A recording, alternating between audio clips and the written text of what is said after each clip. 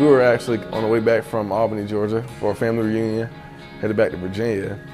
And at this point, we've never been to a college before or checked out a university. I seen a sign that said Clemson University. So I stopped right off the exit and I asked the lady, how far is Clemson from here? And she was like, well, it's only a couple of miles down the road. All you gotta do is follow the paw print. And so I'm excited. You know, I'm like a kid in a candy store because I always wanted to see Death Valley. We walked in and the secretary asked, you know, could they help us? And we was like, no, we're just gonna look around. We was looking at all the trophies and the accolades and things like that. And she said, Coach Bowden just got back from his run. If you guys want to wait for a little bit. Gotta make plays, And I'm like, Tajh, you hear that? You know, we can meet Tommy Bowden. And as we talked, he was like, yeah, maybe you'll play here one day. I was like, yeah, maybe so. And I never thought in a million years that I'd be here. Little did Tajh know that the family's faithful detour off Interstate 85 would end up changing his life forever. And for Tajh, family has always been an important part of his life. Everything we've done it together. Decisions on where to go to school, you know, what type of area we're gonna live in. Even, you know, my college decision. We stuck together through thick and through thin, and we pushed each other, we drove each other. In a sense, my dad wasn't there to raise me. I felt like, you know, the dad gotta be there for his sons. When we were born, you know, he was 10 years into the Navy, decided that, you know, instead of, you know, going to 20 and retiring fully, he wanted to just get out and, you know, teach me and my brother, you know, way of life, how to play football, things in school and things of that nature, and I'm definitely grateful for it. But he kept wanting to be a quarterback, so I kind of like took it to another level and ordering films, buying footballs bigger than what he played with. You know, just little things like pointing the ball back, you know, before you throw it. When I was about 10 or 11, he went out and bought a target, and we used to go out behind middle school and just go in the winter and just throw. And so, you know, people ask me today, well, how you throw the football like that? You know, but it's certain things that he done growing up, which I didn't make him do half of the things that he done. He took it upon himself to work on the things that I did teach him, and he came, you know, this is where he at right now. It was that same hard work and determination that helped turn Tajh into one of the most heavily recruited quarterbacks in the country. But it was only after another family decision to pick up and move from Virginia Beach to Hampton when all of Tajh's football aspirations began to take off. In high school, you don't really realize, you know, if your kid could play college football, but if he wanted to play D1 football, we had to make that move over there across the water. You know, some of the former players that were there were the Vicks, the Allen Iversons, Ronald Curry, Tyrod Taylor, Marcus Higgins, the list goes on.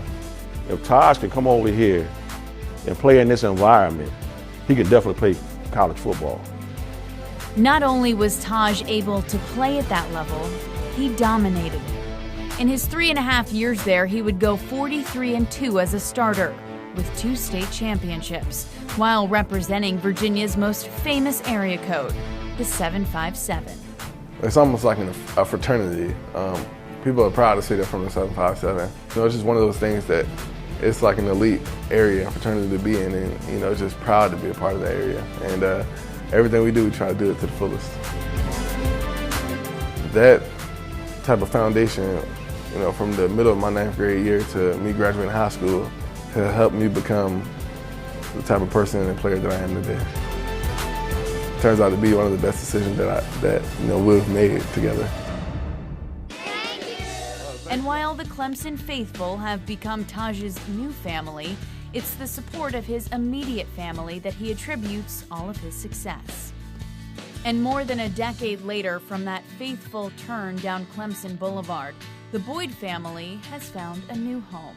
It's just a couple miles down the road from Clemson in Seneca, South Carolina. it's a blessing to have him here, honestly, because I can always go to the house, just kick it. You know, when funds get low, Mom will cook something up. You know, if I don't want to go eat nothing or buy nothing to eat, and just go back and just chill. Good to see you. A home away from home, peace and quiet, a good cooked meal, you know, a little spoiling. You're gonna have your friends or whatever, but it's hard to distinguish, you know, who's really there for what reasons, you know. So with family, it's always one of those deals where it's, you know, they always got my back, so it's a good deal. I think the game of football is pure. When I look at football and when I think of football, I feel like it's one of these things in life that you can't cheat. There are no really shortcuts. You know, either you do or you don't. I feel like that correlates to spiritual growth as well. There are times where things get hard, when you feel like you can't push any further, and that's when you get help through. And I think that's why football is so important to me.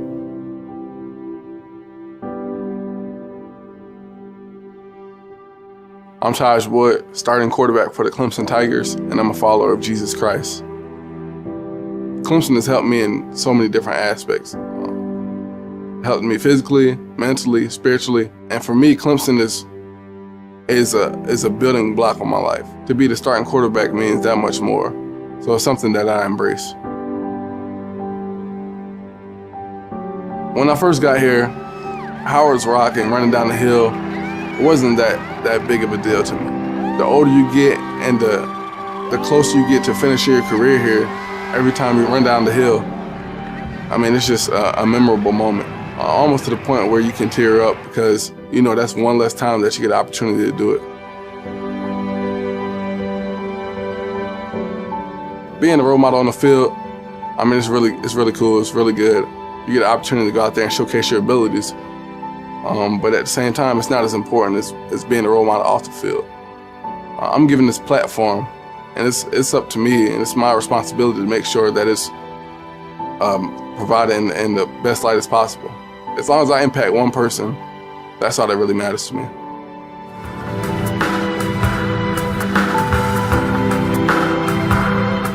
God has taught me just to be who I am. Just make sure you understand who you are.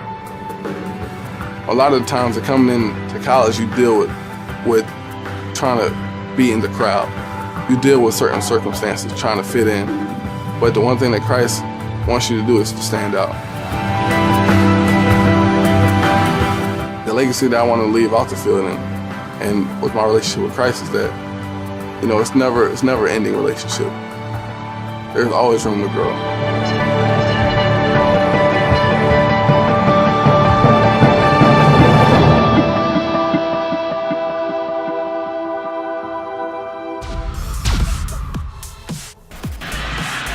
Taking a shot.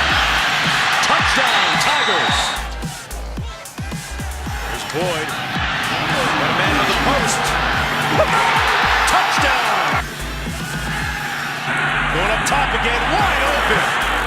Room service. Now they go for two. Direct snap to Ellington. Hopkins throws to Boyd.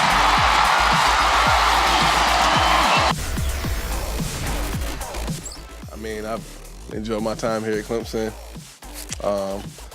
Just been a part of a great family, learned so much as a person, as a player, and I don't think I'm ready to give that up yet, so I'm here to announce that I will be returning for my senior season here at Clemson University. Somebody can tweet that for my fans, that'd be great right now. So. They now have 2 yards of offense in this quarter. Boyd got it off under pressure, lobbing it deep. Watkins to the rescue. He is going to score. The career high for Tajh Boyd, 455 yards passing. On third down, pump fake. Boyd going long for Watkins, and he's gone. Touchdown, Clemson. Mike Harris, who just made a beautiful play, bites on the paint, and another beautiful throw for Boyd for the touchdown. Boyd with time, now he's pressured. He can keep plays alive, throws that one sidearm to Hopkins. Hopkins, touchdown. Tajh Boyd. Boyd has just broken the school record here at Clemson. He has 50 career touchdown passes. And now Tajh Boyd going downfield. He's got the fellow open. The freshman Watkins takes it in.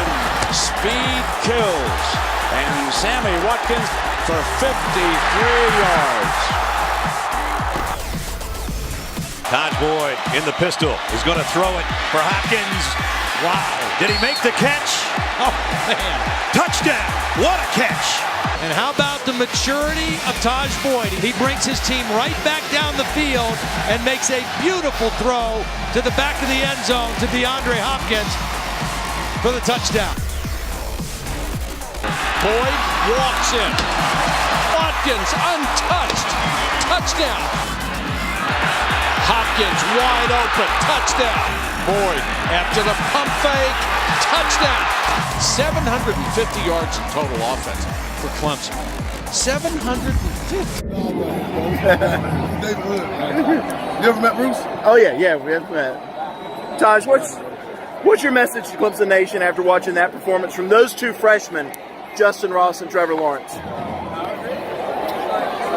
I'm gonna put this on record. I will say this. Trevor Lawrence committed to Clemson. They're somewhere out there in the universe. Whether I tweeted it, whether I spoke it.